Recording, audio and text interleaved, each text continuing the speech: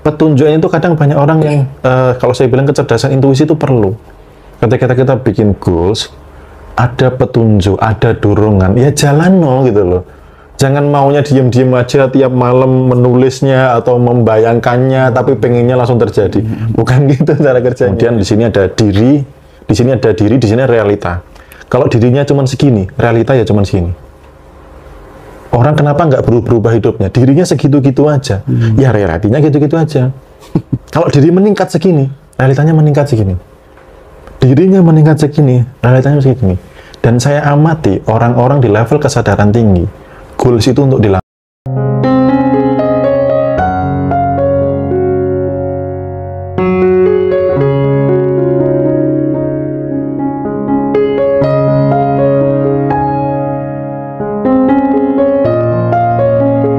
Untuk pamer Om Bimo, bisa nggak diceritakan goal-goalnya Om Bimo yang kemudian cara menanamkannya bagaimana, prosesnya seperti apa, sampai kemudian itu benar-benar terjadi supaya teman-teman tuh ada gambaran secara konkret. Oh ngono toh ternyata. Aku yang belum apa lengkapnya tuh di sini gitu maksud saya. Oke.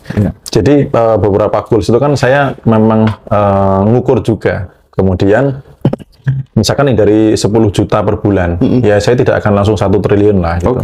Ke 100 dulu lah gitu. Atau minimal 4 kali lipat. Minimal. Nah, itu saya saya buat goals itu, angkanya saya buat clear dulu.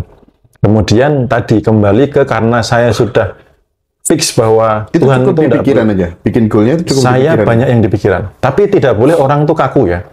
Karena kembali lagi ke ilmu vibrasi tadi. Ada orang yang harus ditulis. Ada orang yang harus dipapan.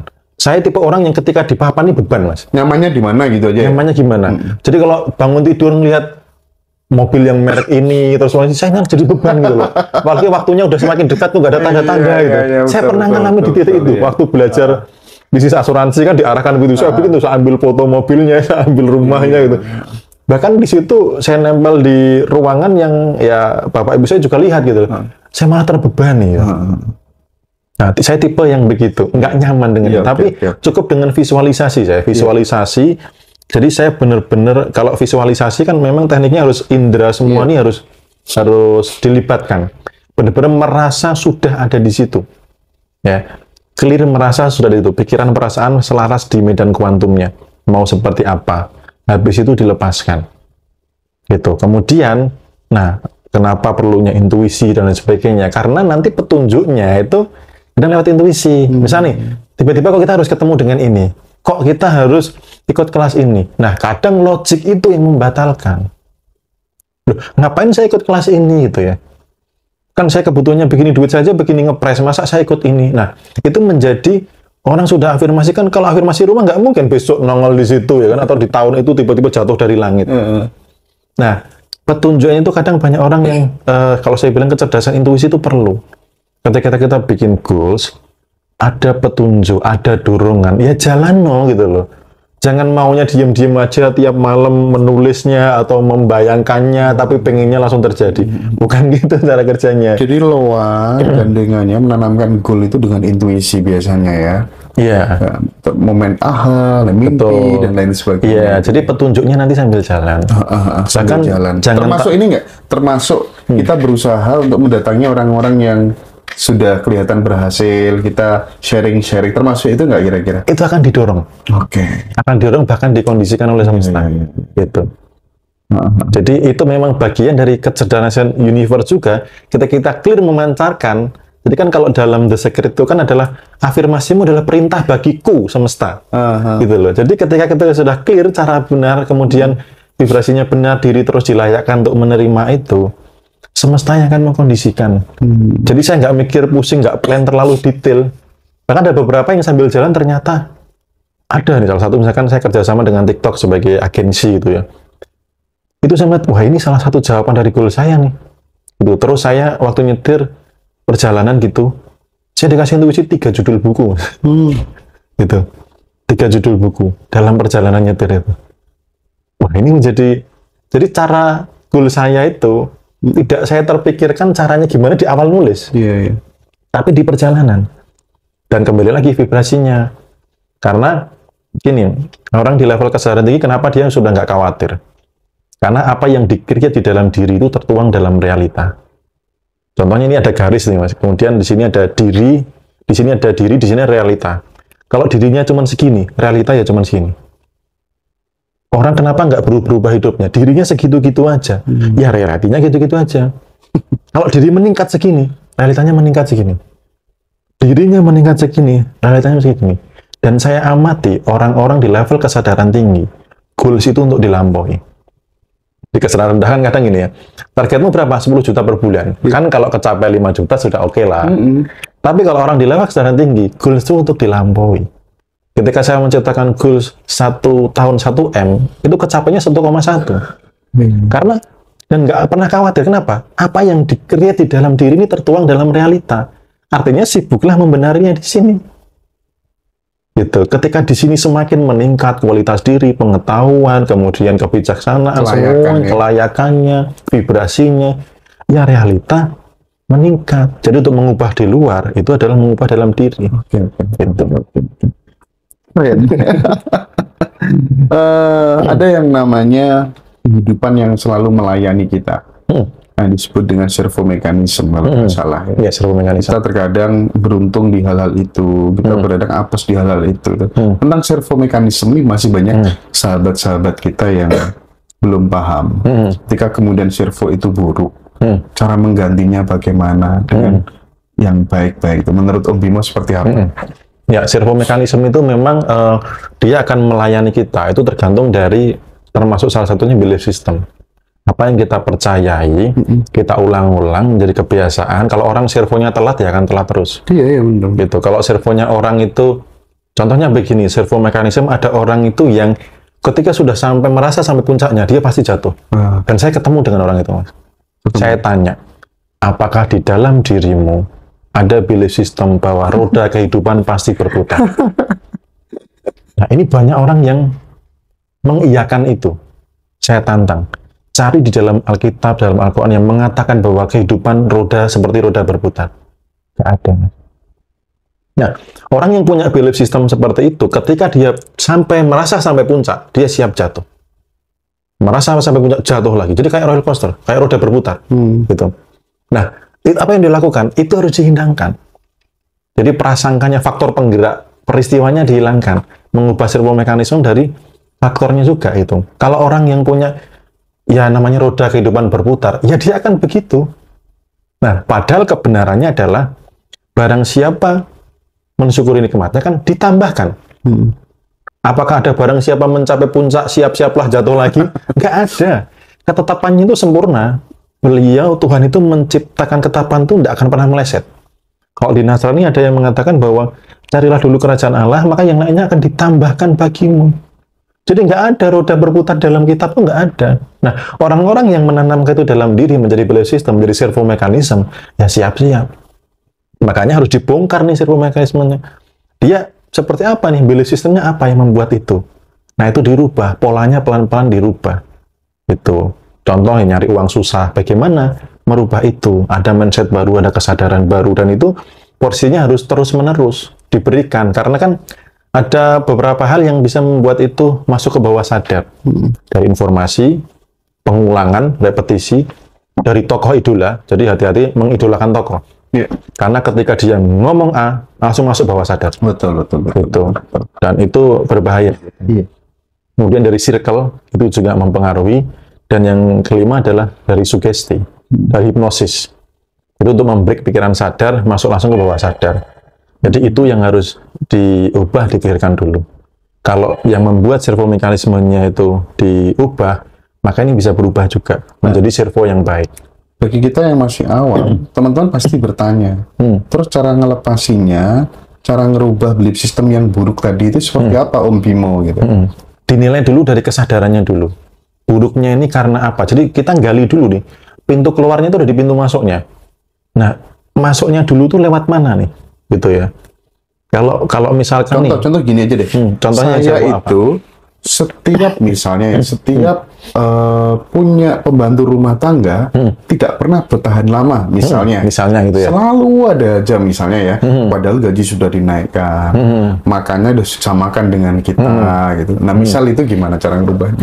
Nah, itu dicari penyebabnya dulu. Penyebab awal kenapa pembantu itu keluar. Karena ada beberapa yang penyebab tuh kalau itu masuk bawah sadar, menjadi keyakinan, menjadi belief system, akhirnya itu yang terjadi. Kalau dalam agama Tuhan sesuai lagi dengan prasangka hambanya. Jadi kalau servonya, kalau prasangkanya setiap saya punya pembantu pasti tidak lama, itu akan terjadi terus. Caranya apa?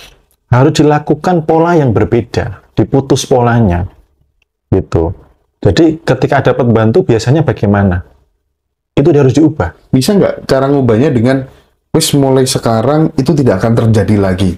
Sudah dimanifestasi, pembantunya bakal langgeng, cukup dengan begitu aja bisa apa nggak Om Bimo? Bisa. Bisa ya? Bisa. Nah, itu asalkan pikiran dan perasaan selaras. Nah, karena kan itu rumusnya di situ. Memberikan pengamatan di medan kuantum, memberikan pengamatan keinginan pembantu yang awet, tapi pikiran perasaan harus selaras. Jangan-jangan nih, maaf ya, misalkan nanti kalau pembantunya kerasan, jangan-jangan ini dekat sama suami saya. Misalkan, kita nggak pernah tahu apa yang ada di dalam itu. Jangan-jangan ada ketakutan, nanti malah anak saya lebih dekat sama pembantu daripada sama saya. Sehingga ketika ada pembantu, dibuatlah oleh semesta tidak akan lama. Makanya perlunya menggali pintu masuknya di mana sehingga ada belief system seperti itu gitu. Jadi ini juga berlaku ketika ada servo kantong kosong setiap akhir bulan gitu. Udah mulai bulan depan itu tidak akan terjadi lagi dalam hidup saya. Diucapkan secara lisan, diikuti dengan perasaan, pikiran, perasaan, semuanya selaras. Iya, selaras. Jadilah kenyataan. Jadilah kenyataan. Nah, jadi kenapa sesimpel itu teman-teman. prasangka mendahului dulu. Banyak orang terjebak tidak bisa melampaui 3D saat ini, realitas saat ini. Padahal switch-nya itu di situ sebenarnya ngubah kehidupan. Bisa nggak ketika punya hutang banyak, ketika duit sedikit, jangan merasa punya duit sedikit, jangan merasa hutang banyak. Hilangkan ini. Oke. Gitu. Jadi apapun kondisi saat ini, pikirkan, prasangkakan kehidupan yang pengen kamu jalani. Jadi ketika saya minus, saya di rumah kontrakan yang bocor gitu ya, saya mikirnya apa? Malam mau tidur, saya mikirnya rumah yang saya idam-idamkan. Nah, banyak orang ketika mau tidur tuh udah mikirin cicilan, besok makan apa gitu. Ya itu yang akan terus gulung karena prasangkanya yang begitu. Iya. Makanya ini kalau soal duit yang dibahas itu melek. itu memang seru ya. Itu memang seru. Itu. Oke. Jadi sesimpel itu makanya orang-orang besar ketika tahu ilmu ini, oh ternyata untuk menjadi orang yang berkelimpahan mek ngono tok. Simpel. Makanya kan ada kata-kata bijak, bahwa orang yang cerdas, orang yang mau menyederhanakan yang rumit. Menyederhanakannya rumit. Iya, bukan sebaliknya ya. Iya. Dulu saya waktu kerja itu sama atasan saya, sederhana itu bikin rumit. Biar kelihatan kerja keras, ya biar kelihatan susah. Iya. Makanya sekarang dari beberapa saya belajar tentang kehidupan, saya baca kesana kemari, saya baca buku ini itu, saya rangkum sesederhana mungkin. Supaya orang itu kena, nyampe, oh ternyata cuman begini. Nah pertanyaannya, atau yang perlu digarisbawahi adalah, ilmu kehidupan itu nggak cukup hanya tahu. Harus dialami. Jadi tidak bisa nih ikut seminar kehidupan setelah tahu kehidupan berubah, nggak bisa. Iya. Om kalau misal nih teman-teman di Ngaji Roso nih misalnya mau dong Mas Indra difasilitasi kelasnya Om Bimo Happy Hoki gitu biar kita bisa praktik langsung, bisa ya create nanti ya. Boleh. Okay. Kalau di Happy Hoki itu kita ada 2 step, Mas. Jadi yang pertama itu kelas online dulu, habis itu offline. Jadi online itu untuk saya pandu by video, kemudian nanti ada Zoom-nya juga. Nah, yang offline ini praktek. Contoh kesadaran tentang uang kekasih hati itu ada di video. Lalu prakteknya ngundang uang gimana ada di offline. Termasuk kan kita ngomong energi nih, uang adalah energi. Untuk narik uang, ini berarti kita kan butuh energi yang kuat. Nah, bagaimana menaikkan energi diri dari semesta? Itu praktek langsung. Jadi bukan teori. Nanti kamu bayangkan begini, langsung saya pandu di situ. Langsung energimu kuat dulu, habis itu narik uang. Nah, pada rezeki yang harus bersih, misalkan teorinya itu ya. Prakteknya apa? Kita adakan terapi, luka batin, dendam, amarah, kepahitan, trauma masa lalu kita beresin di situ. Karena kan simpelnya, rumusnya ya, pada rezeki itu kan seperti kayak ember itu ya. Batu, pasir, tanah itu kan luka batin, amarah, kebencian, dendam di masa lalu dan sebagainya. Kalau itu dirilis kan wadahnya menjadi jauh lebih lebar, air yang masuk lebih banyak. Nah, filosofi rezeki itu kan ada orang yang gini, simpelnya juga orang ketika mau menampung air hujan, fokusnya kepada seberapa deras hujan yang turun. Padahal tidak seperti itu. Seberapa besar wadah yang kita siapkan. Wadah rezekinya besar, bersih, nggak bocor, ya dapatnya banyak gitu. Saya teringat waktu Pak Mardigu ditipu sama sahabatnya itu ya, sampai kemudian ayahnya yang nipu meninggal dunia itu, hidupnya bisa berubah, Pak Mardigu berubah gara-gara dirilis semuanya. Betul, Dirilis. emang harus dirilis. Itu luar biasa. Iya, karena kan contoh tadi udah bikin goals nih, arahnya ke sana, tapi tiap hari gendong bagasi emosi, tiap hari bawa prasangka negatif karena masa lalu. Masalahnya apa? Termasuk belief system bahwa orang kaya itu jahat.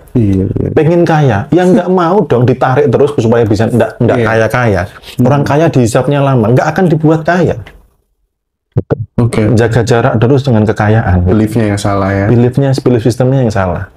Gitu. Apa sih sebenarnya Om Bimo bedanya orang kaya, sultan, sama konglomerat? Kalau itu istilah aja sih untuk membedakan berapa sumber income yang masuk. Gitu ya. Jadi apa namanya itu tergantung kriteria orang masing-masing yang memberikan klasifikasi tingkat kesejahteraan pribadi manusia ya. Ya simpelnya sih kalau memang orang kaya itu ya versi saya pribadi ya. Orang yang pasif income-nya melebihi kebutuhan pokok. Gitu atau melebihi kebutuhan gaya hidup. Dia kan udah bisa nabung, bisa investasi. Orang itu kan masih aktif income nih. Nah, makanya Warren Buffett ngomong, kalau tidur saja tidak bisa menghasilkan income, siap-siap dipaksa kerja hingga mati. Jadi teman-teman itu kenapa saya sampai bilang bahwa bangun tidur dipaksa cuan, ini harus nancep di bawah sadar. Bangun tidur dipaksa cuan, ayo digas teman-teman di pikirannya masing-masing. Itu benar-benar ketika mereka bangun tidur, itu mereka mengalami real. Dari kelas itu saya untuk ngeriset ilmu-ilmu kehidupan ini, mereka jadi riset, oh orang yang kemungsung bener, hasilnya sedikit. Orang yang message-nya bagus, hasilnya banyak dan sebagainya. Itu saya riset gitu. Nah, banyak yang mengalami akhirnya, bener nih, bangun tidur, bonus naik, saldo rekening naik, ini gitu loh. Oh, Bimo sudah mengalami bangun tidur dipaksa cuan berapa tahun? Sudah berapa tahun ini? Ya? Sekitar, saya itu baru mulai bebas hutang tuh di 2020. Baru mulai bebas hutang. Ternyata gini ya, nggak punya hutang. Yusuf Hamka bilang, saya baru bangun tidur, subuh udah dipaksa cuan. Karena orang pada naik tolnya, dia lewat tolnya. Iya, jadi saya bangun tidur tuh selalu ngecek saldo rekening, ini nambah lagi.